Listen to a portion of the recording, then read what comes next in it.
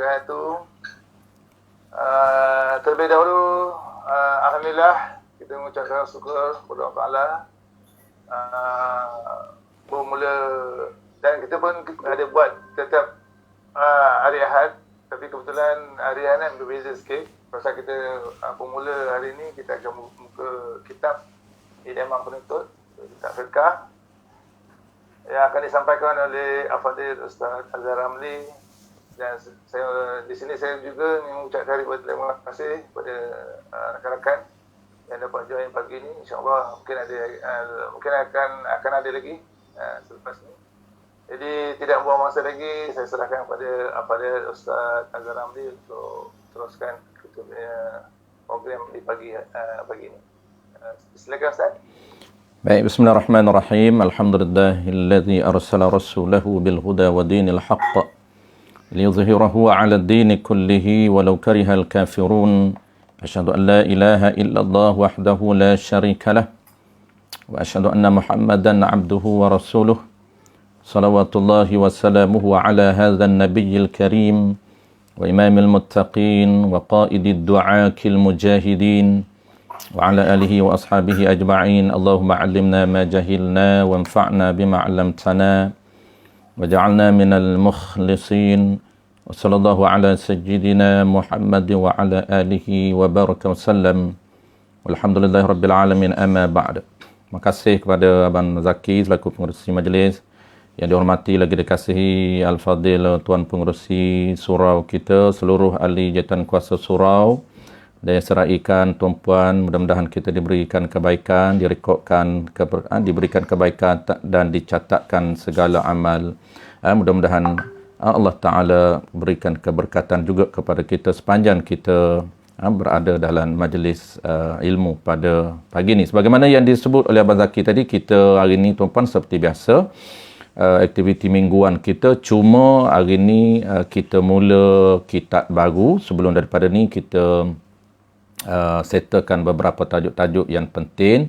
Antaranya kita membincang tajuk kurban, yang keduanya tajuk Aidil Adha, dan hari ini kita akan mula tajuk ataupun kita mula kitab baru. Kita pilih kitab yang kita pilih tuan-puan, Idaman Penutup jilid yang pertama. Kenapa kita pilih kitab ni tuan-puan? Yang pertamanya kerana kitab ini gaya bahasanya lebih ringan, santai, mudah dan praktikal dengan kita. Kerana kitab ini ditulis pada era 80-an, sezaman dengan kita, jadi bahasanya sangat hampir dengan kita. Yang keduanya, mutiara ataupun isinya sangat bermanfaat dan luar biasa kerana diambil ataupun ringkasan daripada kitab Matlaq. Jadi kita dah baca kitab Matlaq di surau tuan-puan, dan hari ini kita baca satu lagi kitab Idaman Penutup sebagai ulang kaji, sebagai ulangan kepada kitab Matlaq. Kerana kitab Idaman Penutup ni tuan-puan, dia merupakan ringkasan, intisari, intipati daripada kitab Matlaqul Badrain wa Majma'ul Bahrain. Dan yang keduanya rujukan juga diambil daripada dua kitab Arab yang sangat masyhur dan mu'tabar, iaitu kitab Al-Baijuri Ibnu Qasim, dan yang keduanya adalah kitab Iqna' ataupun dipanggil sebagai kitab Abu Jermi. Jadi kitab ni tuan-puan di pondok, kebanyakan pondok tak baca. Kenapa? Kerana dia agak mudah. Jadi kita baca di pondok, baca kitab Matlaq dan juga Wisyahul Afrah. Itu antara tradisi, dan pondok saya pun baca kitab Wisyahul Afrah dan Matlaq, tak baca kitab ni. Kenapa? Kerana kitab ni, apabila kita baca kitab Wisyah dan kita baca kitab Matlaq, secara auto kitab ni boleh dibaca.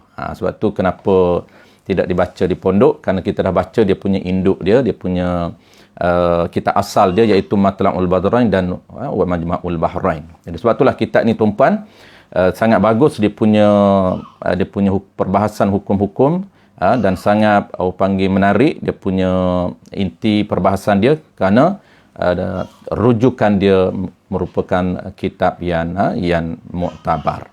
Baik. Jadi kita punya orang panggil apa tuan-puan, salasilah ataupun networking ilmu. Kalau dulu sangat diambil berat tuan-puan, hari ini dah agak longgar sedikit. kita cuba praktik balik. Jadi networking ilmu sangat ditekankan oleh para ulama untuk menjaga keaslian hukum dan juga keaslian ilmu. Sebab itu ilmu ni mesti diambil daripada guru ke guru sampai kepada pengarang. Sampai kepada pengarang. Contohnya tuan-puan, kitab ini saya pengalaman sedikit sebelum kita mula tuan-puan sebagai info. Kitab Matlaq dan Wisyahul Afrah saya ambil daripada dua jalur, dan walaupun dua jalur ilmu guru, tetapi dia bertemu pada satu sahaja, itu Tuan Guru Haji Cik Al-Qadahi. Saya sempat belajar dengan Tuan Guru Haji Cik sekejap, kemudian sambung mati Tuan Guru Haji Cik, saya sambung dengan anak murid tua dia iaitu Tuan Guru Haji Omar, lebih kurang dalam 6 tahun. Kemudian mati Tuan Guru Haji Omar, saya tak balik Kelantan lagi. Saya Tuan Guru sebelum dia meninggal, dia minta saya sambung dengan murid Tuan Guru Haji Cik iaitu Ustaz Ibrahim. Kemudian saya sambung dengan Ustaz Ibrahim untuk khatam kitab Matla'ul Badrain wa Majma'ul Bahrain. Lebih kurang tuan-puan lama juga, lebih kurang dalam 13 tahun nak khatam kitab Matlaq, sangat lama lah. Dia boleh baca dalam 5 tahun pun tuan-puan, tetapi oleh kerana cara dan gaya bahasa kita baca agak perlahan, sehingga makan masa 2 ke 13 tahun. Mula daripada kitab awal sampailah akhir, maka masa yang agak lama. Jadi, dan Tuan Guru Haji Cik ni tuan-puan, dia murid kepada Tok Kenali, dan Tok Kenali ni dia murid direct kepada pengarang kitab Matla'ul Badrain. Itu dia punya salah silah networking ilmu. Jadi jelas kita ambil daripada guru-guru kita sampai kepada pengarang.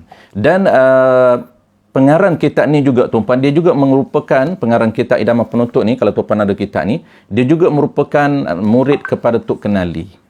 Dia juga merupakan murid kepada Tok Kenali. Jadi sangat bagus. Dia punya hampir periwayatan ilmu dekat dengan pengarang. Sebab Tok Kenali ni dia pernah belajar, dia sempat belajar dengan pengarang kitab Matla'ul Badrain wa Majma'ul Bahrain. Dan siapa yang belajar dengan Tok Kenali hampir, sangat hampir dengan sanad Matla'ul Badrain. Baik, kita terus tuan-puan kepada bacaan kitab kita muka surat 4 tuan-puan. Kita lompat terus kepada muka surat 4 bagi sesiapa yang ada kitab Idaman Penuntut jilid yang pertama, karangan Al-Hajj Abdul Ghani, Tuan Guru Abdul Ghani bin Haji Yahya. Muka surat yang muka surat pertama tuan-puan, muka surat pertama kita skip kerana ini pendahuluan pengarang, pendahuluan Haji Abdul Ghani, Tuan Guru Haji Abdul Ghani. Kita terus kepada muka surat 4 iaitu pengarang mukaddimah kitab. Dia ada dua mukaddimah dalam kitab kita ini, mukaddimah penulis dan keduanya adalah mukaddimah kitab. Baik, insyaAllah tuan-puan, hari ini oleh kerana siri yang pertama, kita tak terus lagi kepada tajuk yang pertama, topik yang pertama iaitu tata cara bersuci di dalam mazhab kita Al-Imam Syafi'i. Tapi kita mulakan dulu dengan intro kitab iaitu topik Bismillahirrahmanirrahim. Qala al-musannif rahimahullahu subhanahu wa ta'ala, muka surat 4. Seperti biasa tuan-puan, tradisinya sebelum kita memulakan kitab kita ini, marilah sama-sama kita baca surah Al-Fatihah, kita hadiahkan kepada pengarang dan juga kita hadiahkan kepada tuan guru kita, segala para ulama, dan juga tidak dilupakan kepada kedua ibu bapa kita dan seluruh muslimin muslimat. Al-Fatihah.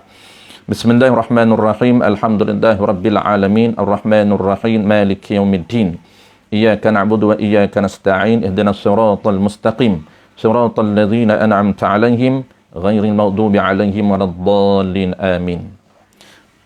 Bismillahirrahmanirrahim. Kita akan bincang hari ini tuan-puan topik Bismillahirrahmanirrahim. Mudah-mudahan dari segi manfaat dan benefitnya kita boleh beramal dengan ayat ataupun dengan Bismillahirrahmanirrahim. Walaupun nampak simple tuan-puan, nampak ringkas, padat, tetapi manfaatnya luar biasa kalau kita tahu cara dia. Sebab itulah mana-mana kitab tuan-puan, majoriti kitab, hampir semua kitab, tidak ada satu kitab pun tidak memulakan dengan Bismillahirrahmanirrahim. Sebab itulah kita juga tidak skip tajuk ini. Kenapa? Kerana dia mempunyai aura, mempunyai khasiat, mempunyai manfaat yang luar biasa walaupun nampak ringkas dan padat. Dia seperti biasa tuan-puan, kita dah biasa bahas di dalam kuliah-kuliah sebelum daripada ini. Bismillah ini dia ada 6 subtopik yang kita biasa bahas. Hari ini kita nak sebut secara umum lebih kurang 5 subtopik sahaja. Yang pertamanya ialah terjemahan Bismillahirrahmanirrahim. Seperti yang kita tahu, yang keduanya ialah makna Bismillahirrahmanirrahim. Itu yang kita nak pegang, yang kita nak faham untuk kita beramal. Dan yang ketiganya, tujuan penulis memulakan dengan Bismillahirrahmanirrahim. Disebut kesemuanya dalam ini tujuan penulis memulakan dengan Bismillahirrahmanirrahim, sebab ilah ataupun tujuan. Satu yang keempat, tuan-puan, rahsia Allah memulakan dengan ba. Kenapa Allah mula dengan dengar? Dia hazah muta'alaq. Tiba-tiba dengar nama Allah. Ada rahsia dia di situ. Dan yang kelimanya ialah hukum membaca Bismillahirrahmanirrahim. Jadi, yang kenang kita tak bahas tu apa. Yang kenang fadilat membaca Bismillahirrahmanirrahim lain kali. Baik, kita terus tuan-puan. Yang pertamanya terjemahan Bismillahirrahmanirrahim. Terjemahan dia seperti yang kita maklum, seperti yang tuan-puan maklum, dengan nama Allah yang amat pemurah lagi penyayang. Itulah terjemahan yang maklum yang telah diterjemah oleh para ulama kita terdahulu. Iaitu dengan nama Allah, siapa Allah bersifat dengan pemurah dan penyayang. Itu terjemahan yang kita maklum. Yang keduanya tuan-puan, kita nak tengok dari sudut makna satu persatu. Baik, kita baca dalam kitab ini, dia akan sebut. Qala al-musannif rahimahullahu ta'ala. Saya mulakan menulis kitab ini. Dia buat mari muta'alaq dia. Kata penerang di depan. Saya menulis kitab ini dengan nama Allah. Dia bawa dia punya ayat keterangan. Tiba-tiba dia ambil pen. Kemudian dia mula Bismillahirrahmanirrahim. Mana apa tuan-puan, sebelum dia menulis, saya mulakan menulis kitab saya ini dengan nama Allah. Siapa Allah? Yang maha pemurah, lagi maha mengasihani atau lagi maha penyayang. Baik, di sini tuan-puan kita cuba ringkaskan makna beberapa item ini. Yang pertamanya kita nak tahu makna ba'. Dia ada beberapa bab di sini tuan-puan. Pertamanya dengar, yang keduanya ismum nama, yang ketiganya Allah, yang keempat Ar-Rahman, yang kelima Ar-Rahim. 5 ni tuan-puan, 5 kalimah dicantumkan di dalam basmalah. Basmalah ni nama popular dia, nama timbangan kepada Bismillahirrahmanirrahim. Nama ringkas kita panggil basmalah. Nama bagi la haula wala kita panggil hauqalah. Nama bagi alhamdulillah kita panggil hamdalah. Basmalah, hamdalah, hauqalah. Jadi jangan kita kata apabila orang kata basmalah, jangan kita kata silap tu, bismillah. Dia sebut nama, basmalah. Baik, 4 ni tuan-puan kita cuba ringkaskan makna dia satu persatu supaya kita faham makna. Dan apa kita faham itulah yang kita nak pegang dalam hati kita. Dia akan menyerap dalam hati. Barulah dia feeling. Apabila kita tahu makna tuan-puan, daripada makna itulah dia akan meresap dalam hati. Dia akan lahirnya perasaan.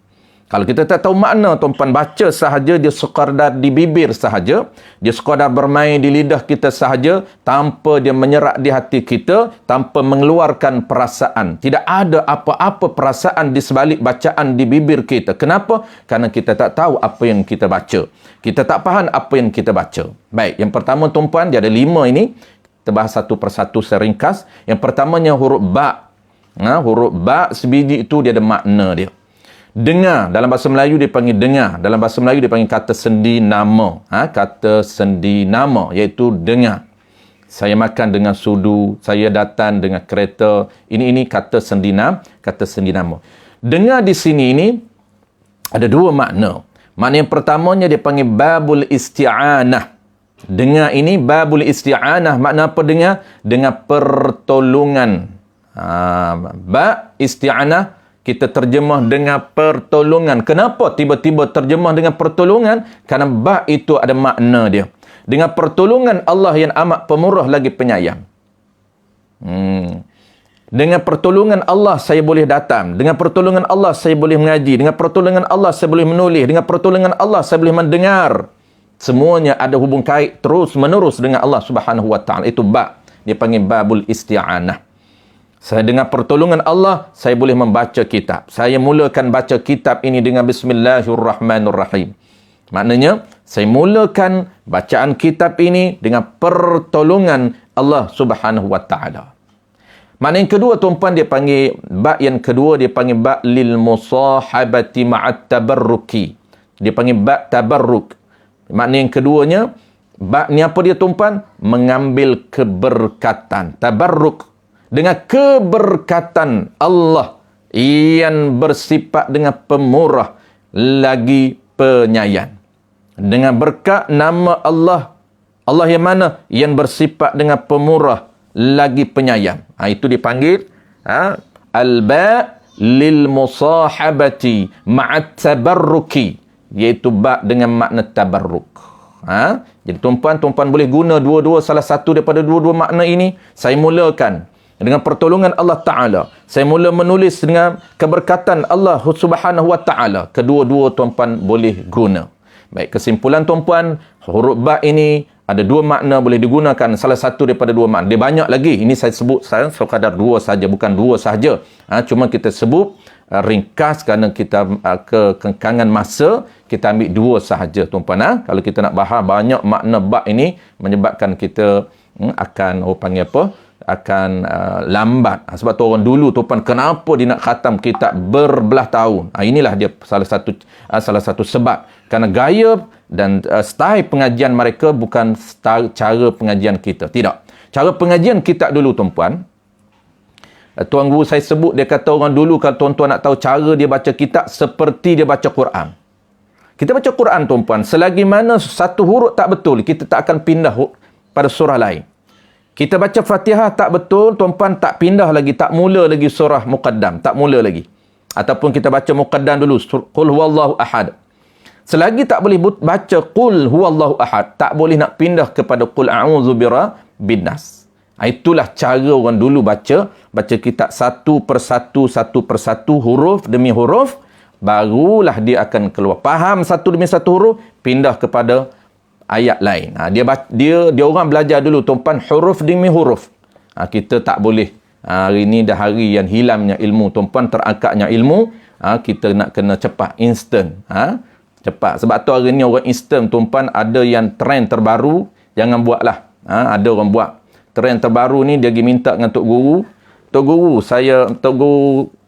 Guru baca kitab ni, saya nak, boleh tak saya nak Tok Guru ijazahkan kitab ni pada saya untuk saya ajar orang lain. Dia tak belajar dengan Tok Guru, tapi dia minta supaya Tok Guru ijazahkan kepada dia kitab ni untuk dia ajar pada orang lain. Itu bahaya. Dia panggil ijazah am. Kalau dia pernah mengaji dengan guru tu, cuma kitab tu saja dia tak belajar, biasanya guru akan bagi. Tapi kalau dia tak pernah mengaji dengan guru tu, tiba-tiba nak pergi ambil ijazah kitab kebenaran untuk baca kitab, ini sangat bahaya. Kenapa? Dia tak ambil satu huruf demi satu huruf dengan guru, tiba-tiba dia baca apa yang dia nak hurai agak-agak. Ini yang akan menjadi ketimpangan dalam ilmu, akan menjadi jenayah dalam ilmu apabila dia tidak mengambil periwayatan itu daripada guru secara riwayat. Baik.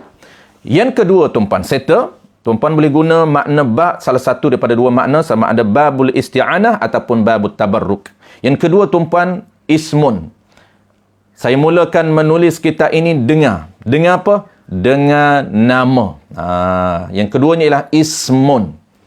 Ismun ni tuan-puan, apa makna ismun? Ismun ni kita panggil nama. Apa maksud nama? Nama ni merujuk kepada panggilan, merujuk kepada simbol. Apabila ada simbol, mudah orang nak kenal. Apabila ada nama, mudah orang nak kenal.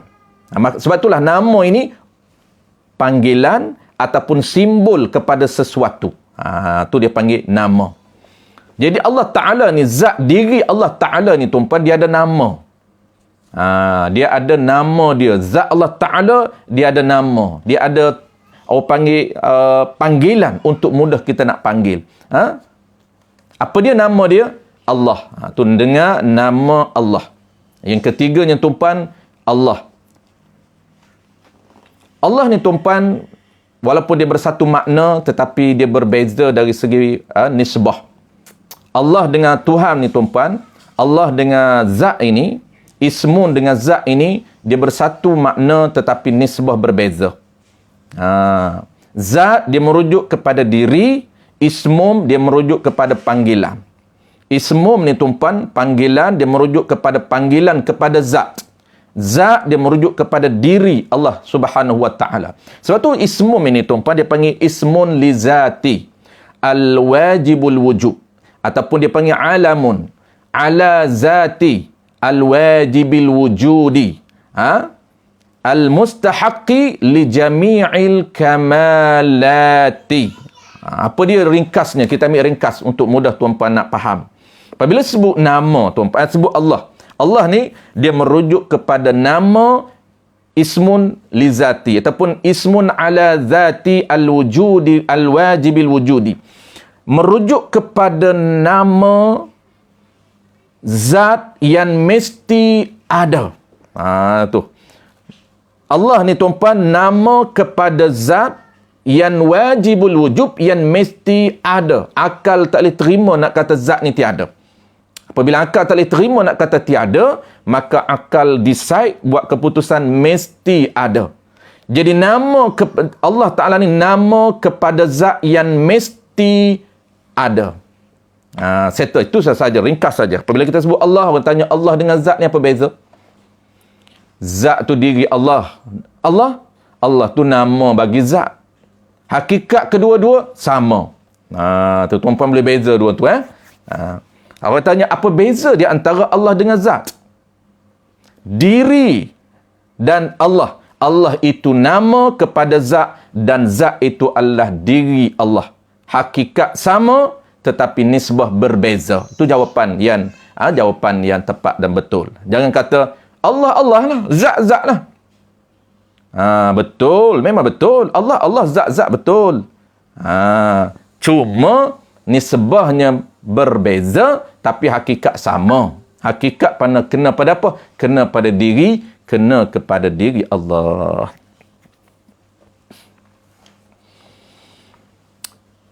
Siapa Allah Ta'ala? Yang kata Allah Ta'ala ni siapa? Iaitu Bismillah, settle. Ar-Rahman Ar-Rahim. Yang maha pemurah lagi maha mengasihani.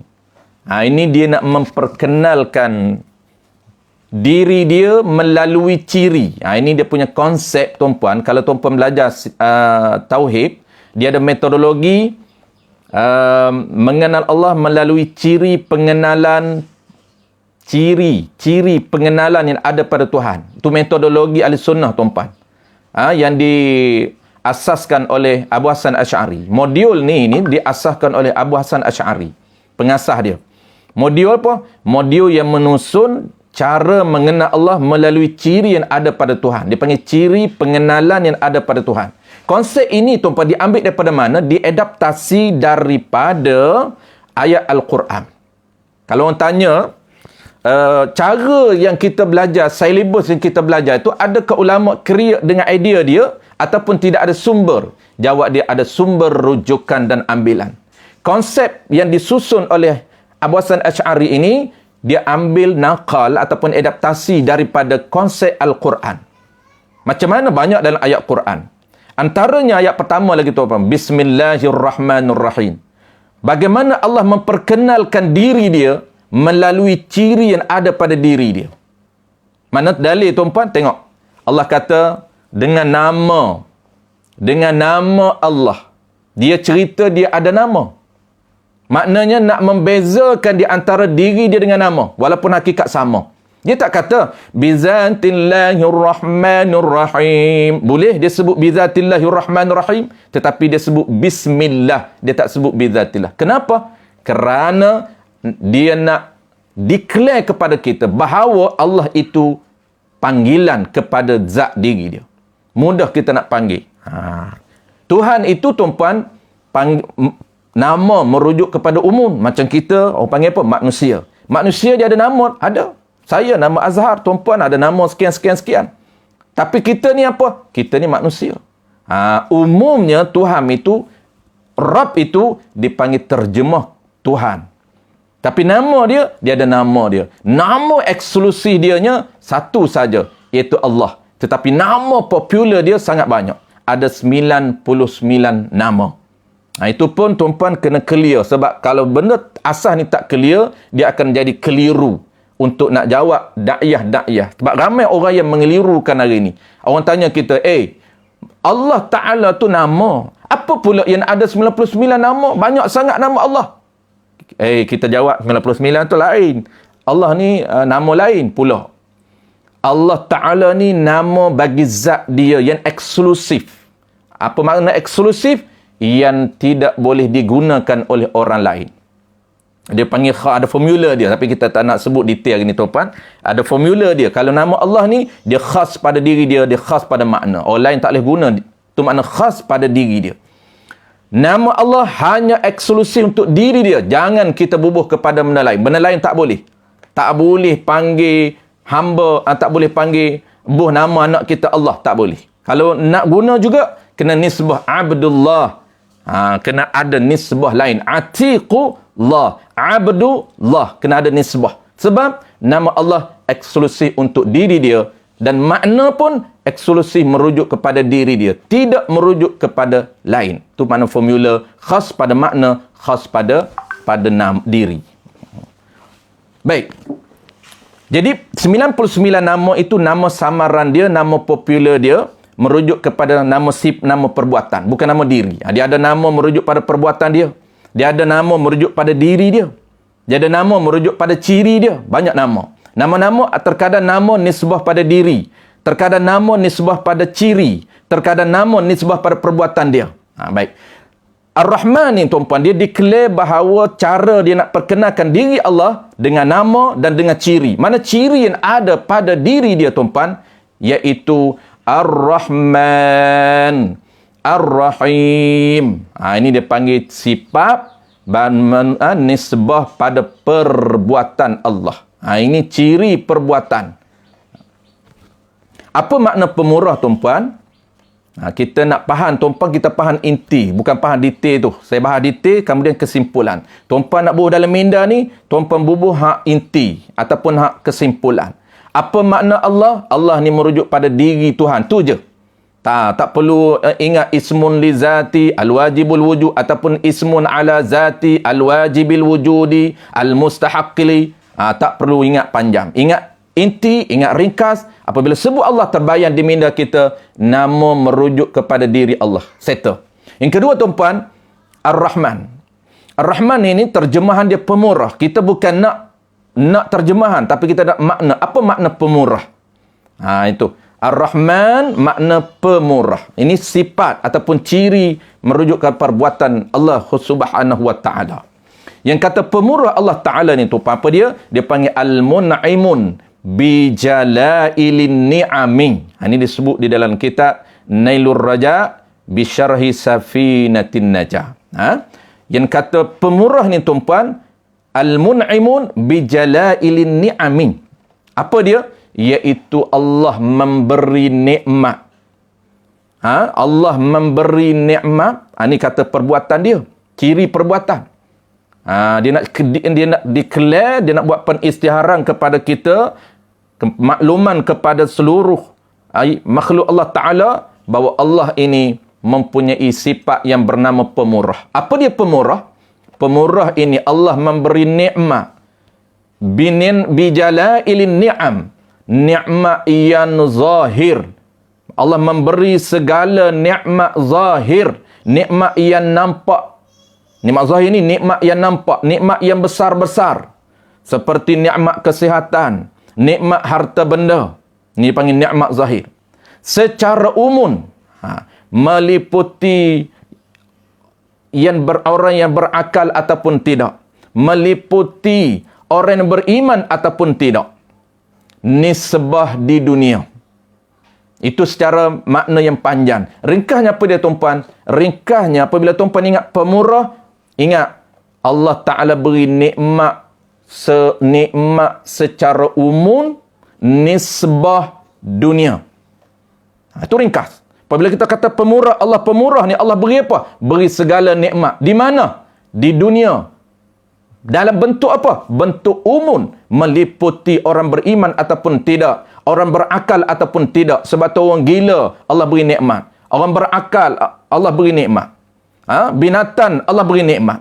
Orang beriman, Allah beri nikmat. Orang yang tidak beriman kepada Allah, Allah beri nikmat. Lebih banyak nikmat dunia Allah beri kepada orang yang tidak beriman kepada Allah. Kenapa? Karena dia ada sifat yang bernama pemurah. Sebab itulah kalau nak jawab, tuan-puan, ada orang tanya.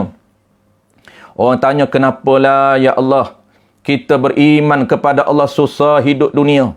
Kenapa orang yang kafir, orang yang tidak beriman kepada Allah lebih kaya raya? Inilah jawapan dia. Kenapa? Kerana Allah dia murah, dia akan beri segala nikmat zahir kepada semua. Tapi nisbah apa tuan-puan ingat? Nisbah dunia.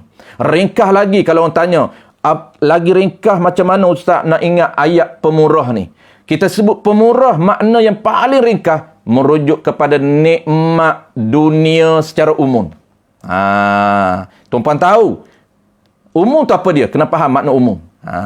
Settle tuan-puan. Baik, yang kedua, yang lagi maha mengasihani.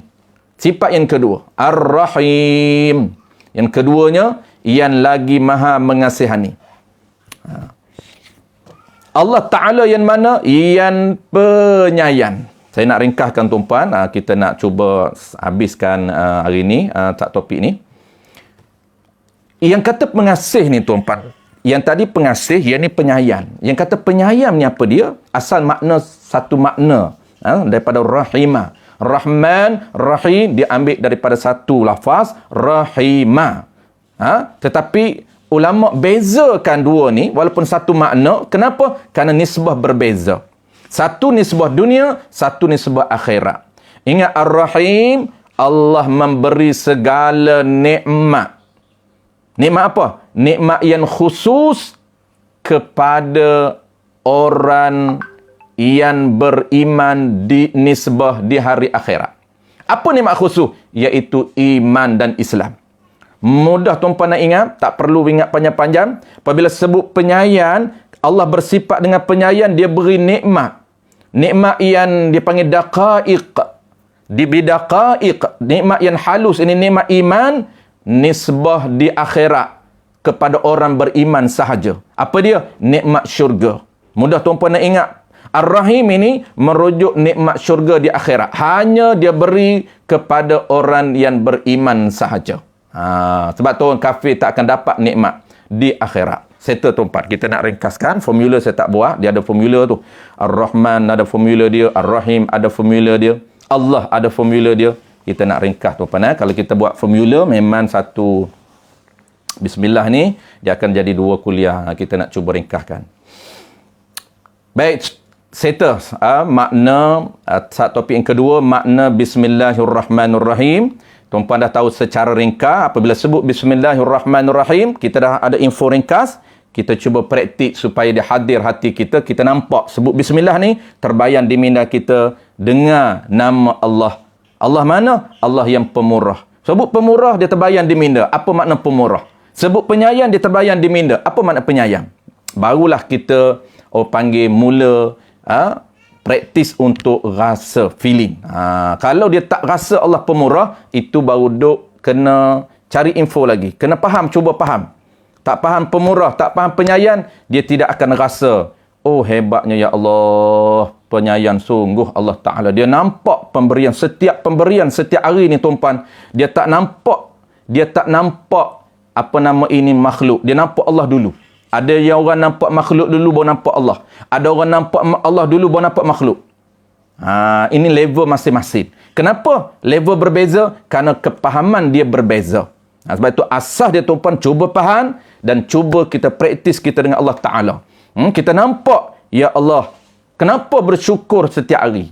Tak, lafaz syukur ni tuan-puan, lafaz syukur ni sunat. Syukur ni perbuatan.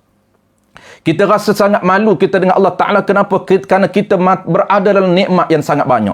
Nikmat kesihatan yang kita tak perasan. Nikmat makan minum yang kita tak perasan.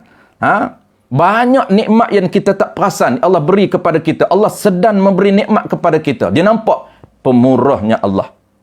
Dan dia akan nampak penyayang. Sebab tu, apabila lagu tu tuan-puan, dia akan menyebabkan hati dia ni sentiasa diingat kepada Allah. Hati dia ingat kepada Allah Subhanahu Wa Taala. Dengan apa? Dengan beramal Bismillahirrahmanirrahim. Cukup tuan-puan, dengan dia faham Bismillahirrahmanirrahim, dia boleh berhubung dengan Allah setiap masa. Itu penting. Kenapa kita nak faham makna Bismillahirrahmanirrahim. Yang ketiga tuan-puan, kita terus kepada subtopik yang ketiga. Dia nak jelas ni, kerana ini subtopik yang ketiga. Kenapa dia mulakan dengan Bismillahirrahmanirrahim? Baik, ada 3 sebab. Dia sebut dalam kitab ni ada 2 sebab sahaja. Pertama, kerana iqtida'u bil Quran, kerana menurut gaya bahasa Quran. Quran dia akan mulakan dengan Bismillahirrahmanirrahim. Yang kedua, kerana iqtida'u bis sunnah, dia mengikut gaya sunnah. Nabi sebut tiap-tiap perkara yang baik mula dengan Bismillahirrahmanirrahim. Dan sebab yang ketiganya, iqtida'u bil ulama, kerana dia mengikut gaya ataupun trend ulama. Ulama dia memulakan sesuatu benda dengan Bismillahirrahmanirrahim. Baik, ada 3 sebab. Baik, tengok satu persatu. Qala al-musannif rahimahullahu subhanahu wa ta'ala. Kerana. Baik, kerana ni, dia panggil illah. Sebab dia mulakan dengan Bismillah. Kenapa dia pilih Bismillah? Dia nak sebut. Kerana bersempena ataupun mengikut jejak, yakni gaya kitabullah, kitab Allah yang dimulakan dengan Bismillahirrahmanirrahim pada kebanyakan surah di dalam kitabnya, kitab Allah Subhanahu Wa Taala. Dalam Quran tuan-puan, satu surah sahaja yang tidak mula dengan basmalah, yang semua surah lain akan akan mulakan dengan Bismillahirrahmanirrahim. Situ sebab yang pertama. Sebab yang kedua, dan ni dia panggil atau kata kerana. Sebab pertama, kenapa dia pilih Bismillahirrahmanirrahim? Tujuan yang pertama, kerana dia mengikut gaya bahasa Al-Quran yang memulakan dengan basmalah pada semua surah, melainkan satu surah saja. Sebab yang kedua, tujuan yang kedua, kenapa dia mula basmalah? Dan beramal dengan hadis Nabi sallallahu alaihi wasallam. Sebab yang kedua, dia mengikut sunnah ataupun beramal dengan sunnah Nabi sallallahu alaihi wasallam. Hadis Nabi yang menyuruh setiap perbuatan ini mesti memulakan dengan Bismillahirrahmanirrahim. Mana hadis dia? Sabda Nabi sallallahu alaihi wasallam. Kullu amrin zibalin la yabda'u fihi bismillahirrahmanirrahim fahuwa aqta'. Dalam riwayat lain fahuwa abtar, dalam riwayat lain fahuwa ajza'. Menunjukkan makna yang sama, versi yang berbeza. Maksud hadis Nabi sallallahu alaihi wasallam, kullu amrin zibal, tiap-tiap perkara yang digemari, yang disukai. Yang tiap-tiap perkara yang baik. Bukan perkara haram. Bukan perkara makruh. Yang tidak dimulakan dengan Bismillahirrahmanirrahim pada urusan tersebut, kata Nabi, jadi kurang berkat. Ini hilang keberkatan pada pekerjaan yang tidak dimulakan dengan Bismillahirrahmanirrahim. Nak baca kitab tak mula Bismillah, hilang berkat. Nak menulis tak mula dengan Bismillah, hilang berkat. Nak menyangkul tak mula dengan Bismillah, hilang berkat. Kita akan bahas tuan-puan kesimpulan ini. Apa pekerjaan yang boleh baca Bismillah, yang haram baca Bismillah, yang makruh baca Bismillah. Ada juga benda yang tak sunat baca Bismillah. Yang ni kita kena tahulah. Itu last sekali. Sebab kadang-kadang orang ni dia borong semua. Dia kata sunat baca Bismillah semua. Tidak. Bukan semua sunat baca Bismillah. Dia ada tempat-tempat perkara-perkara yang tak sunat baca Bismillah. Basuh najis tak sunat baca Bismillah. Basuh najis tak sunat baca Bismillah. Nak sapu najis tak sunat baca Bismillah. Nak sapu sampah tuan-puan.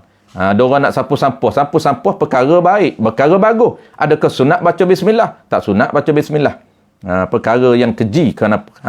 Perkara yang keji. Sapu longkan, basuh longkan, perkara yang keji. Baik.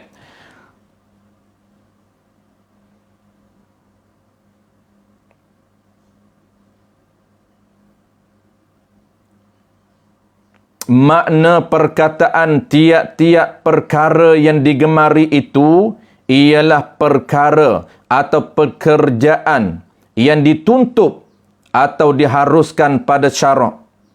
Sekira-kira tidak haram pada zatnya, tidak makruh pada zatnya, zat benda itu bukan zikir tulen dan bukan perkara yang dituntut oleh syarak dimulai dengan lain daripada basmalah. Baik, kesimpulan tuan-puan.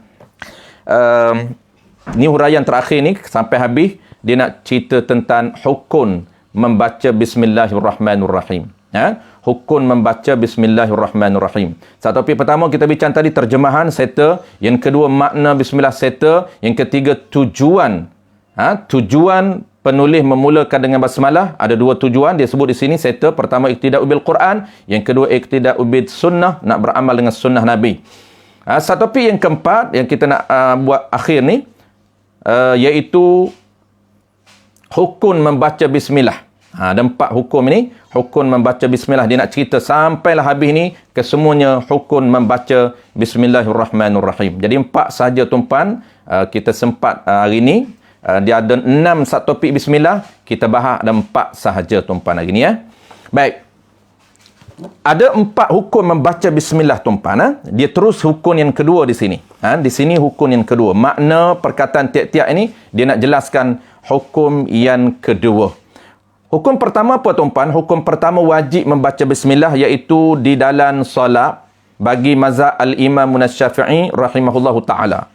Wajib membaca bismillah di dalam sembahyang. Itu situasi wajib baca bismillah. Yang keduanya tuan-puan, sunat membaca bismillah. Ini dia nak cerita situasi sunat membaca bismillahirrahmanirrahim. Jadi kesimpulan tuan-puan, dia dah sebut di sini ni, kemudian dia akan hurai satu persatu. Yang kata sunat membaca bismillah ni di mana? Sunat dimulakan membaca bismillahirrahmanirrahim ni pada semua pekerjaan yang baik. Pekerjaan yang bagus, pekerjaan yang baik. Kita nak tahu di sini tuan-puan, pekerjaan yang baik. Ini penting. Yang kata pekerjaan baik ni apa dia tuan-puan? Iaitu selain daripada 5 perkara. Tu dia buat kesimpulan tu semua tuan-puan dalam kitab kita ini. Selain daripada 5 perkara. Dia mula perenggan bawah sampai perenggan terakhir. Huraian kepada sunat membaca bismillahirrahmanirrahim selain daripada 5 tempat. Tempat pertama apa? Mudah kita nak ingat. Apabila kita ingat selain 5 tempat ni tuan-puan, selain tu semua sunat. Itu cara untuk mudah kita nak ingat. Basuh longkan boleh baca tak bismillah? Sapu najis boleh baca tak bismillah? Kalau basuh najis boleh baca tak bismillah? Apa nama ini nak buang hingguh? Boleh baca tak bismillah? Nak buang tarik mata boleh baca tak bismillah? Ini tempat nak tahu boleh baca ke tak boleh baca. Ingat tuan-puan, sunat baca bismillah. Hukum yang kedua ni, dia ada 4 hukum. Hukum yang kedua, sunat membaca bismillah pada semua pekerjaan yang baik. Apa maksud pekerjaan baik? Selain daripada 5 perkara. Perkara pertama apa? Perkara pertamanya ialah selain daripada perbuatan yang haram membaca bismillah. Selain daripada perbuatan yang haram membaca bismillahirrahmanirrahim. Mana perbuatan haram? Dia akan bagi contoh. Baik, contoh perbuatan yang haram tuan-puan. Kita tengok di sini. Maka perkara yang haram pada zatnya, pada zat perkara itu. Seperti zina. Ini contoh perbuatan yang haram tak sunat baca bismillahirrahmanirrahim. Maka haram dimulakan dengan bismillahirrahmanirrahim. Tetapi, jadi di sini tuan-puan dia nak jelas perbuatan yang haram pada diri, haram membaca bismillah. Tetapi ada 2, haram ni terbahagi kepada 2. Kita ringkas saja, kalau tak sempat kita nak detail. Setiap hukum ni dia ada 2 pembahagian. Haram ada haram zati, yang kedua ada haram aradi. Baik, kalau haram yang baca bismillah, haram diri benda. diri mencuri, haram. Diri berzina, haram. Diri minum arak, haram. Maka haram membaca Bismillahirrahmanirrahim. Tetapi ada satu haram lagi, dia panggil haram aradi, haram muqayyad, iaitu haram dengan sebab lain, bukan sebab diri. Maka haram ini sunat baca bismillah. Karena dia bukan haram diri, tetapi haram dengan sebab. Sebab itu haram, tetapi dirinya tidak haram. Nak guna diri, boleh baca bismillah. Walaupun walaupun sebab itu haram. Mana contoh? Tetapi perkara yang haram dengan sebab yang lain, haram aradi, seperti mengambil wuduk dengan air yang dirampas dari milik orang lain, sunat juga dimulakan dengan Bismillahirrahmanirrahim. Kalau kita ambil wuduk, tuan-puan, dengan air yang kita bedal, dengan air yang kita kebas daripada orang lain, adakah ketika ambil wuduk tak sunat baca bismillah? Sunat juga baca bismillah. Kenapa? Kerana haram ini perbuatan mencuri, bukan haram air. Adapun air itu tidak haram. Ini beza.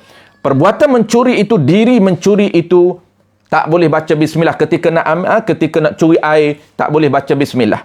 Tetapi ketika nak guna air, nak minum air yang dicuri, sunat baca bismillah. Dia panggil diri air itu bukan haram.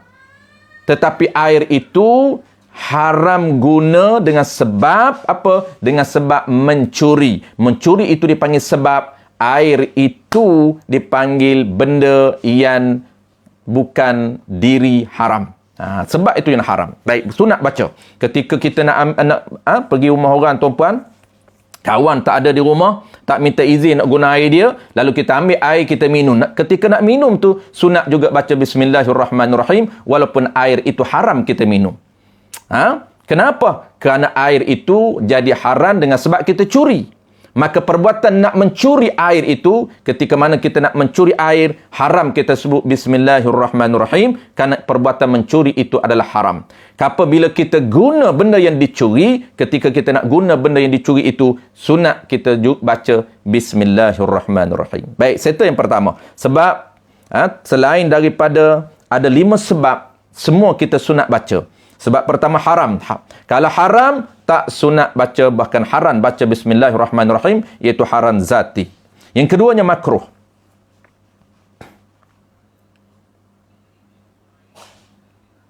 Kerana apa yang sunat baca bismillah air yang dirampas? Kerana haram itu dengan sebab yang lain. Dengan sebab iaitu sebab lain tu merampas. Merampas itu sebab kepada haram, adapun diri air tidak haram. Maka ketika nak guna air yang dicuri itu, sunat juga kita sebut Bismillahirrahmanirrahim. Sunat sebut saja, tapi dia guna tu haram lah, tuan-puan. Haram menggunakan air yang dicuri kerana bukan milik dia. Dan yang kedua, dia ada 5 sebab, tuan-puan. Sebab yang keduanya ialah makruh. Dia ada 5 sebab tak sunat sebut bismillah. Yang lain semua sunat sebut. Yang keduanya ialah makruh. Benda makruh tak sunat baca Bismillahirrahmanirrahim. Bahkan makruh baca. Dan perkara yang makruh pada zatnya, pada dirinya, diri perkara. Mana contoh? Seperti makan bawang putih yang mentah. Makruh dimulakan dengan Bismillahirrahmanirrahim. Makruh kita makan benda yang berbau seperti bawang putih. Ataupun benda yang berbau seperti petai, buah-buah yang berbau. Adapun buah durian tak apa. Ada orang tanya, buah durian makruh tak ustaz? Buah durian. Buah durian ini dia bukan bau keji pada diri, hakikat diri dia tu. Bau keji setengah orang saja. Setengah orang dia tak suka, dia kata kuatlah bau durian, saya tak suka. Itu nisbah setengah orang. Bukan hakikat benda itu. Benda itu. Bukan, aku panggil apa? Benda itu tu, benda yang bauan itu bauan keji. Tetapi makruh dengan sebab yang lain. Tetapi makruh dengan sebab yang lain, yang makruh aridi, seperti mengambil wuduk dengan air yang dipanaskan dengan cahaya matahari dalam bejana yang berkarak yang boleh ditempa, sunat dimulakan dengan bismillahirrahmanirrahim kerana makruhnya dengan sebab yang lain, iaitu air panas. Adapun air yang panas tuan-puan, dia makruh aridi. Apabila makruh aridi, diri dia tak makruh, maka sunat juga kita baca bismillahirrahmanirrahim. Kita nak ekspreskan tuan-puan, kita nak ekspreskan sebab kita dah biasa baca dalam kuliah sebelum daripada ni. Baik, settle dua. Pertama haram, yang kedua makruh. Jadi sunat kita menyebut bismillahirrahmanirrahim selain daripada 5 tempat. Pertama selain daripada haram, yang kedua selain daripada makruh. Ini makruh zati. Adapun makruh aridi, sunat juga kita baca bismillahirrahmanirrahim. Yang ketiga tuan-puan. Yang ketiga ni lah. Yang ketiga, keempat, kelima ni penting tuan-puan. Sebab yang ketiga, yang keempat, yang kelima, ramai orang baca bismillah. Jawapan dia tuan-puan, tak sunat baca. Apa maksud tak sunat? Tak dapat pahala dia baca. Hanya harus, tak haram lah dia baca. Tapi sia-sia. Tak dapat pun pahala. Jadi orang yang orang yang bijak, dia tidak akan melakukan pekerjaan sia-sia. Pekerjaan yang menghabiskan umur, pekerjaan yang meletihkan, yang tidak direkodkan pahala di sisi Allah Subhanahu Wa Taala. Itu penting untuk tahu hukum. Ada orang dia ambil mudah, dia kata Allah bukan haram, Ustaz buat je lah. Memang betul bukan haram, hanya harus, tetapi tidak ada pahala. Apabila tidak ada pahala, maka ulama dia ambil berat sangat. Orang yang minded fiqah ni, dia hanya cakna, dia hanya fokus perkara yang ada reward. Perkara yang tidak ada bayaran, dia akan biarkan. Dia tak nak berlalu masa ataupun umur dia dengan perkara yang sia-sia, tidak ada pahala. Yang tidak ada pahala di sisi Allah Subhanahu Wa Taala. Baik. Kita tengok yang ketiga, yang keempat, yang kelima ni. Demikian juga, begitu juga. Sama juga dengan perkara yang haram, tak sunat baca. Perkara yang makruh, tak sunat baca. Sama juga dengan perkara yang ketiga ni, apa dia? Demikian juga, atau begitu juga. Tidak dituntut, yakni tidak disunatkan membaca bismillahirrahmanirrahim. Tak sunat tu, jika hendak membaca zikir tulim. Dia panggil zikir yang mahdah. Zikir yang tulim. Tak sunat kita baca zikir, baca bismillah ketika kita nak mula berzikir. Tapi zikir tu apa? Zikir tu zikir yang mahdah, zikir yang tulim, zikir yang ori. Diri dia tu zikir. Mana contoh? Seperti hendak membaca la ilaha illallah. Nak tahlil tuan-puan, nak mula tahlil, baca bismillah dulu. Tak sunat. Afdaluz zikri fa'lam annahu la ilaha illallah. Tak sunat baca bismillahirrahmanirrahim. Afdaluz zikri fa'lam annahu la ilaha illallah. Tak sunat baca bismillah. Sia-sia saja baca. Tak dapat pahala apa. Ataupun yang kedua, ataupun tak sunat baca bismillah ketika nak berzikir subhanallah. Ketika nak kata subhanallah walhamdulillah wallahu akbar. Ketika kita lepas solat tuan-puan, kita zikir 33 kali. Sebelum kita kata subhanallah, kita kata bismillahirrahmanirrahim. Subhanallah, subhanallah, subhanallah, subhanallah, subhanallah. Tak sunat. Kenapa? Kerana zikir yang mahdah, zikir yang tulen diri dia itu zikir, maka tak sunat kita mula. Terus mula dengan diri dia. Tu. Ataupun salam. Assalamualaikum. Tak sunat mulakan bismillah sebelum memberi salam. Ada orang terlebih tuan-puan, dia mula nak beri salam, bismillahirrahmanirrahim. Assalamualaikum Tuan Haji. Tu terlebih dia panggil. Menambah benda yang tidak disyariatkan. Jangan pandai-pandai tambah benda yang tidak ada dalam syariat. Beri salam terus. Assalamualaikum. Kerana permulaan ibadat itu ialah salam itu. Permulaan ibadat dia. Baik. Atau seumpamanya. Ataupun contoh-contoh yang lain. Adapun zikir yang tidak tulen. Bukan zikir yang tulen. Bukan diri dia itu zikir. Seperti membaca Quran. Maka sunat dibaca bismillahirrahmanirrahim. Sunat kalau baca Quran, kita baca bismillahirrahmanirrahim. Nak baca hadis, bismillahirrahmanirrahim. Nak baca kitab, bismillahirrahmanirrahim. Walaupun Quran itu dipanggil zikir, Dipanggil benda yang mengingati Allah Subhanahu Wa Taala. Baik, settle tuan-puan. Yang ketiga, kesimpulan 5 perkara yang tidak sunat kita membaca bismillah selain daripada 5 perkara. 5 perkara ni tak sunat baca bismillah. Ingat, selain daripada 5, semua sunat baca. Yang ketiganya apa? Yang ketiganya ialah zikir yang tulen, zikir yang orang panggil mahdah, tidak disunatkan baca. Zikir tulen ni zikir yang diri dia itu adalah zikir subhanallah, Allahu akbar, la haula wala quwata illa billahil aliyil azim, ataupun kita panggil la ilaha illallah, ataupun salam. Baik. Contoh yang keempat tuan-puan, apa dia? Yang keempat ini tak sunat membaca basmalah pada ibadat yang ada permulaan. Ibadat yang ada permulaan bagi dirinya. Ibadat itu dirinya ada permulaan. Maka tak sunat kita mulakan dengan basmalah. Kenapa? Kerana dia ada permulaan bagi diri dia.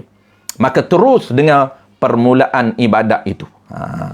Dan lagi, qala al-musannif rahimahullahu ta'ala, dan lagi tidak dituntut, yakni tidak dituntut sunat. Ma tuliba talaban ghaira jaziman. Kalau ma tuliba talaban jaziman, itu wajib. Sama-sama dituntut, sama-sama ma tuliba. Itu dari segi usul fiqh.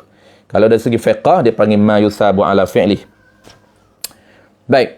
Dan lagi tidak dituntut, yakni tuntut sunat, tidak diperintah sunat, tidak disuruh sunat membaca bismillahirrahmanirrahim. Membaca tu di mana? Pada ni dipanggil nisbah fizar, pada bukan fizarpiyah. Pada nisbah. Pada perkara yang dituntut, yang diperintah pada syarak, dimulakan dengan yang lain daripada bismillah, yakni ibadat yang ada permulaan. Dimulakan dengan yang lain, yakni ibadat yang ada permulaan bagi dirinya. Kalau ibadat yang ada permulaan bagi dirinya, maka syarak tak tuntut mula dengan yang lain. Tak tuntut kena mula dengan bismillah. Kenapa? Kerana terus mula dengan diri dia. Mana contoh? Seperti khutbah Jumaat, khutbah raya dan sebagainya, dan selain daripada khutbah raya dan khutbah Jumaat. Mana contoh lain tuan-puan? Contoh lainnya ialah azan. Jaga-jaga azan tak sunat baca bismillah. Qamat sama juga tak sunat baca bismillah. Jadi pertama khutbah Jumaat, ketika nak khutbah tu tuan-puan, tak sunat kita baca pegang tungkap bismillahirrahmanirrahim. Alhamdulillah. Alhamdulillahil qail. Tak sunat. Khutbah Aidil Adha, khutbah Hari Raya Aidil Fitri, khutbah Jumaat, khutbah istisqa, khutbah apapun, tak ada khutbah wajib ataupun khutbah sunat, tak sunat mula dengan basmalah. Kenapa? Kerana diri ibadat ini ada permulaan. Apa permulaan dia? Alhamdulillah, itu permulaan bagi ibadat khutbah. Terus dengan alhamdulillahilladzi, terus. Ataupun tuan-puan apa lagi? Ataupun azan. Biasanya azan ni macam-macam lah tuan-puan. Sebelum azan orang mula dengan selawat, orang mula dengan bismillah, orang mula dengan macam-macam. Permulaan itu bukan permulaan disyariatkan. Bukan permulaan sunat. Yang dia tidak ada sunat sebelum azan. Maksudnya bukan azan ini sunat. Bismillahirrahmanirrahim. Allahumma salli wa sallim ala sayyidina Muhammad. Allahu akbar, Allahu akbar. Tak sunat. Sunat terus mula dengan diri dia. Allahu akbar, Allahu akbar. Tak sunat mula dengan Bismillahirrahmanirrahim. Allahumma salli wa sallim ala sayyidina Muhammad. Ni baca juga boleh lah, tak salah, bukan kata haram. Cuma harus saja. Apabila harus, dia tak ada bayaran. Jangan tuntut bayaran lah. Jangan apabila kita kata Bismillahirrahmanirrahim, Allahu akbar, Allahu akbar, Allah bayar pada Allahu akbar sahaja, bayaran sunat. Allah tak bayar pada bismillah. Kenapa? Kerana bismillah aku tak suruh pun, aku bayar, aku suruh saja. Itu konsep kita dengan Allah. Reward ini, bayaran ini, dia hanya bayar apa yang dia suruh, apa yang diperintah oleh Allah Subhanahu Wa Taala. Serta tuan-puan, yang keempat, iaitu tak sunat membaca bismillah pada ibadat yang ada diri. Contoh dia khutbah, contoh dia azan, contoh dia iqamah. Salam, salam tadi dah contoh dah, bagi salam sama. Jawab salam pun tak payah. Bismillahirrahmanirrahim. Waalaikumsalam warahmatullahi wabarakatuh. Tak payah mengada-ngadakan ibadat. Baik, settle. Last sekali tuan-puan. Last sekali. Jadi maksudnya, last kali ni yang ke-5 dia tak cerita tuan-puan. Saya tengok dia tak cerita ke dalam kitab ni. Ada dia cerita di bawah sekali. Okey. Baik, perenggan terakhir ni dia buat kesimpulan serta dia nyatakan sebab yang kelima. Saya cerita dulu tuan-puan. Kelima ni, sebab apa perkara yang kelima yang tak sunat baca bismillah? Selain daripada 5 ni sunat baca bismillah. Iaitu sebab yang kelima tak sunat baca bismillah ialah perkara yang keji di sisi syarak.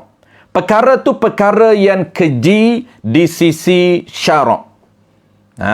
Perkara yang baik tetapi dia keji. Cara memandang tak cantik. Sebab tu dia panggil kullu amrin zibal. Zibal ini perkara yang baik, perkara yang cantik di sisi syarak. Bukan baik di sisi kita, bukan bal di sisi kita. Di sisi syaraknya pandan baik. Kalau di sisi syarak pandan keji, pandan tak elok, maka tak sunat baca bismillah. Apa dia contoh tuan-puan? Seperti basuh najis. Basuh najis itu keji. Seperti basuh perkara mustaqzar, buan hingu. Hingu ni kan mustaqzar. Buan hingu, korek taik telinga tuan-puan, korek taik telinga. Bismillahirrahmanirrahim. Nak cuci telinga, tak sunat baca bismillah. Nak cuci lubang hidung, nak gerudi lubang hidung, banyak sangat. Apa nama ini, filter kita ni dah penuh dah sampai sarap. Kita nak cuci lubang hidung, tak sunat baca bismillah. Nak bersihkan taik mata, tak sunat baca bismillah. Nak bersihkan apa nama ni benda-benda yang keji-keji sampai sarap, maka tak sunat baca bismillahirrahmanirrahim. Tu settle. Tengok apa yang dia sebut. Jadi maksudnya, kesimpulannya, tiap-tiap perkara yang baik, yang digemari, yang disukai oleh syarak, yang baik di sisi syarak dan yang ada nilai di sisi syarak, ialah perkara yang lain daripada yang tersebut. Perkara yang selain daripada 5. Kesimpulan mudah saja. Hukum yang kedua, hukum sunat ni, sunat membaca basmalah pada semua tempat melainkan pada 5. Apa dia 5? Pertama, melainkan pada perkara haram, haram baca bismillah, haram zati, adapun haram aradi, sunat baca bismillah. Yang keduanya, selain daripada perkara yang makruh zati, adapun makruh aradi, sunat baca bismillah. Makruh zati, haram makruh membaca bismillahirrahmanirrahim. Apa maksud makruh tuan-tuan? Tak dapat pahala. Tu kadang-kadang orang keliru. Apa maksud makruh ni ustaz? Makruh. Okey lah kan, makruh tak berdosa kan? Ya, okey. Cuma makruh itu tidak ada pahala. Asalnya kita baca bismillah ada pahala, tapi pada perbuatan yang dicegah, yang dilarang, tidak dapat pahala. Yang ketiga apa dia tuan-puan? Yang ketiga ialah selain daripada zikir yang mahdah, zikir tulin. Diri dia itu zikir tak sunat dimula dengan bismillah. Yang keempatnya, selain daripada ibadat yang ada permulaan bagi ibadat. Dan yang kelimanya, selain daripada perkara yang keji di sisi syarak. Baik. Seperti, ini contoh ni tuan-puan, selain daripada 5, mana sunat? Dia nak bagi contoh. Banyak perkara sunat. Dia bagi contoh separuh saja. Selain daripada 5 ni contoh dia, seperti ni orang panggil, seperti pada, bukan seperti 5, tapi seperti selain daripada 5. Selain daripada 5 ni apa dia? Seperti hendak makan. Hendak makan sunat baca Bismillahirrahmanirrahim. Doa lain pula tuan-puan. Doa dapat pahala doa.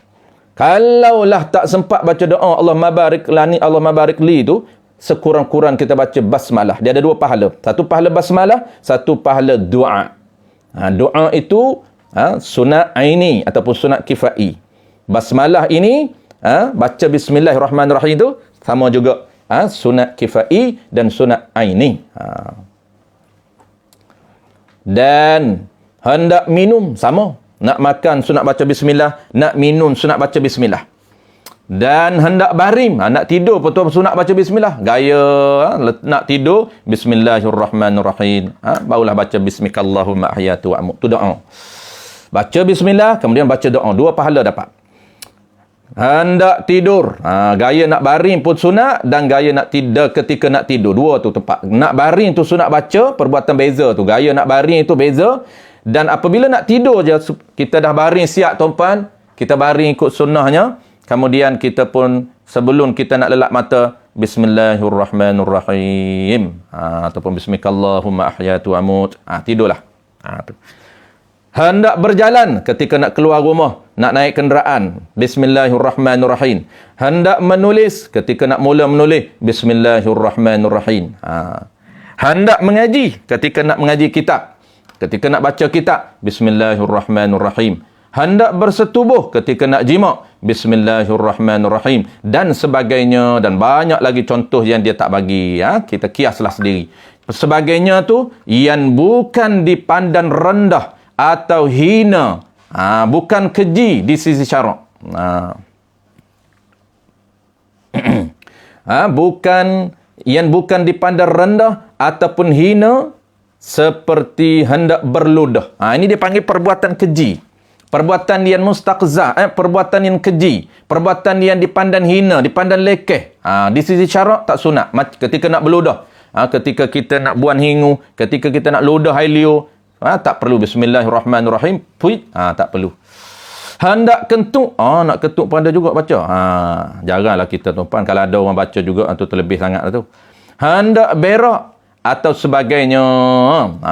Kalau nak berak, nak kentuk pun baca bismillah, tu terlebih. Tu dia panggil haji, panggil apa?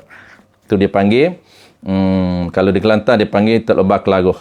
Tu Kelantan lah. Tuan-puan tak faham apa dia terlebar kelaruh ni. Tu di Kelantan sahaja. Dia panggil terlebar buat-buat. Terlebar jadian. Lebar jadian ni banyak tuan-puan. Banyak hari ni ustaz jadian, lebar jadian, warak jadian, ilmu tak ada. Dia ilmu ni tuan-puan, dia apabila nak alim kena ada ilmu. Dia tak boleh buat. Dia tak boleh buat pakai serban, dia tak boleh buat pakai jubah. Dia tak boleh. Dia tak boleh berlakon. Berlakon ni orang akan nampak ria. Tapi kalau orang berilmu tak perlu tuan-puan. Maksud tak perlu ni bukan tak sunat. Dia tak pakai serban pun orang tahu dia alim. Dia tak pakai jubah orang tahu dia alim. Dia tak pakai apa tuan-puan? Pakai t-shirt pagoda aja, pakai selipar Jepun aja. Orang tahu dia alim.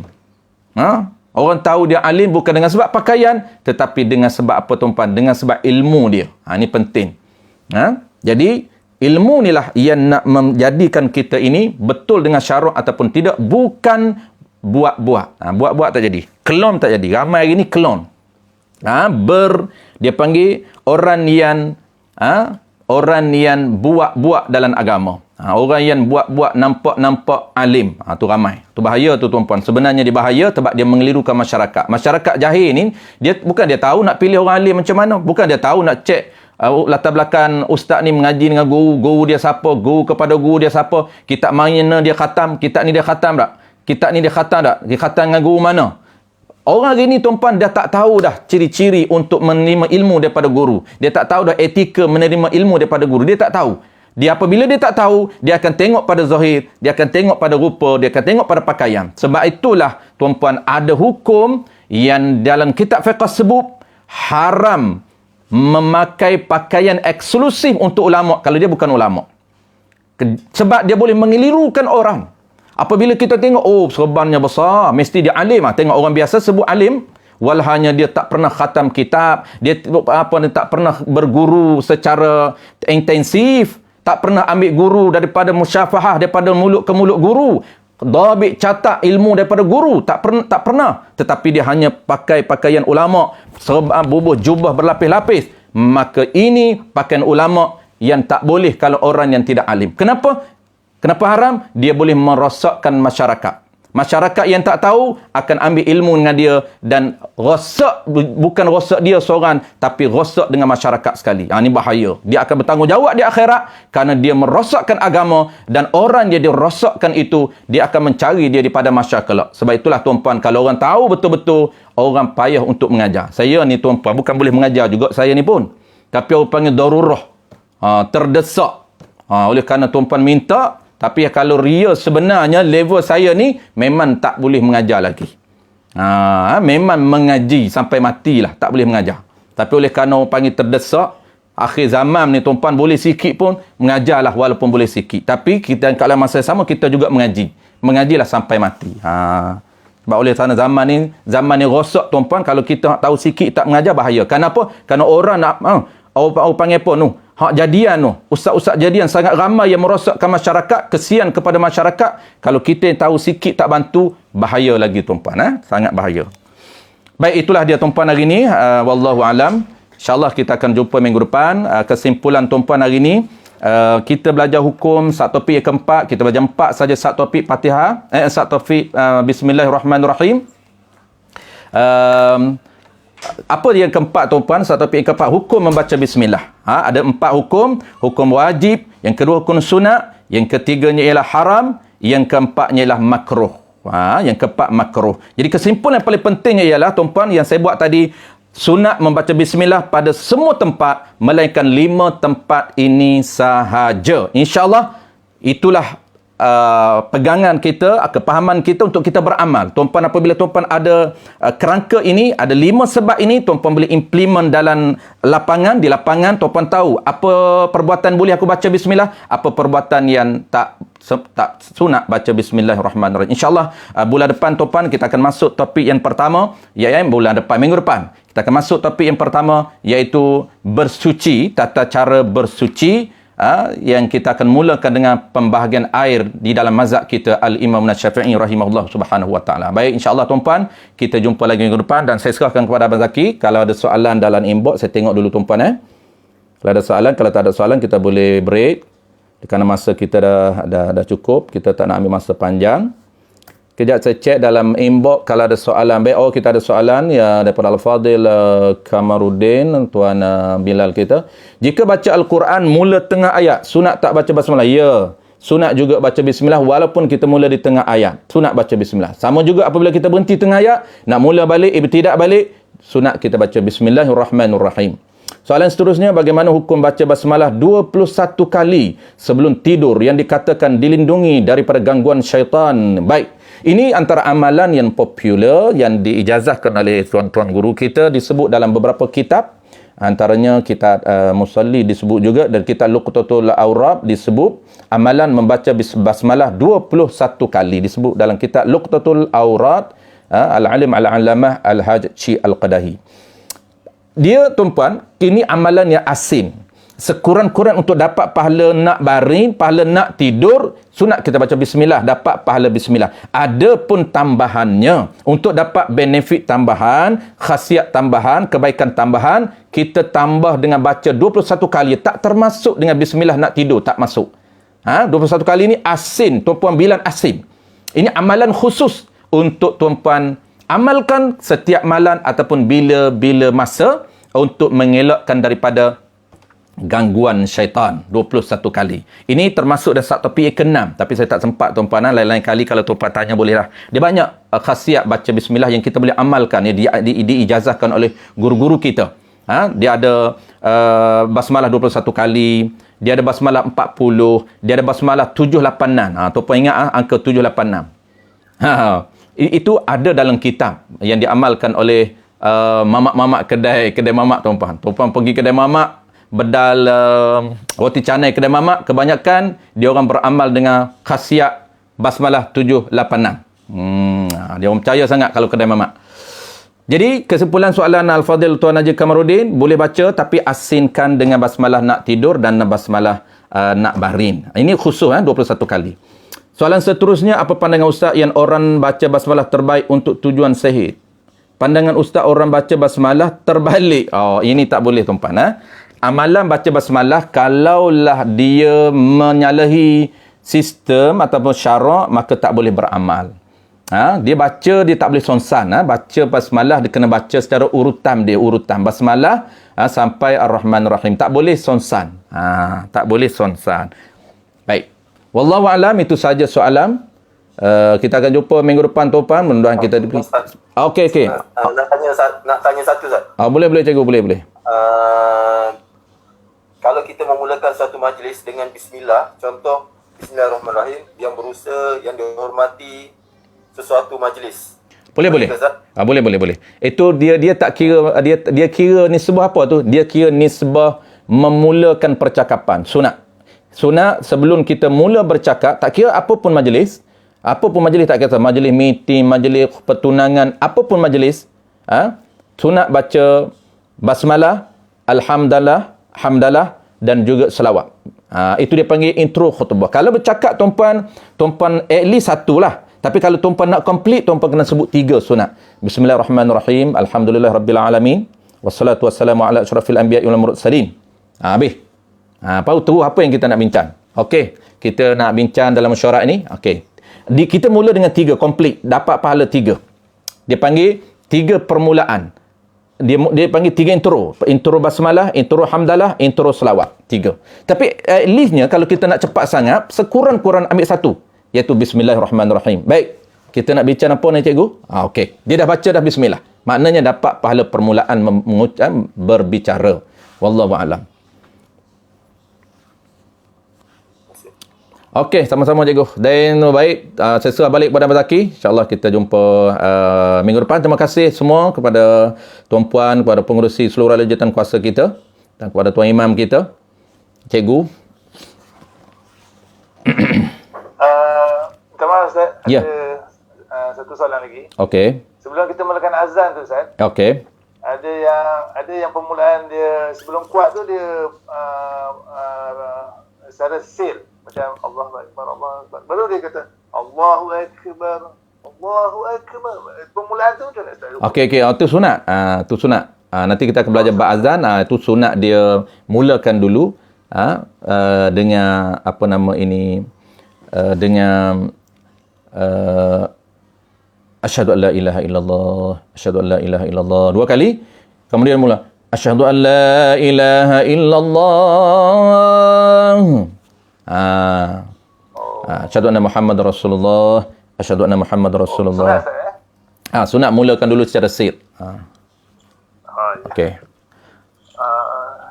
Alhamdulillah, terima kasih kepada sahabat semua yang mengikuti program kuliah hari ini. Dan saya mengucapkan juga ribuan terima kasih kepada Ustaz Azhar Ramli. Dan kita akan buat seterusnya lah, setiap minggu, setiap hari Ahad pukul 10. Dan jika ada rakan-rakan yang mungkin tidak boleh join ke bolehlah sampaikan pesanan kepada sahabat-sahabat yang tidak hadir hari ini. Jadi saya hari dengan ucapan ribuan terima kasih. Dan Assalamualaikum warahmatullahi wabarakatuh. Waalaikumsalam warahmatullahi wabarakatuh. InsyaAllah kita jumpa lagi.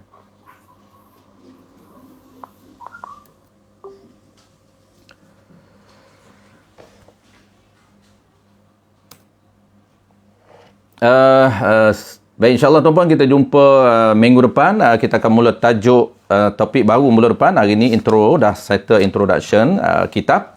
Minggu depan kita akan mula dengan topik yang pertama, iaitu pembahagian air dalam mazhab kita Al-Imam Syafi'i. InsyaAllah kita akan belajar air. Kita akan kenal level air ataupun standard air di dalam mazhab kita. Jadi saya rasa tak ada soalan dalam Facebook sejak saya tengok kalau-kalau.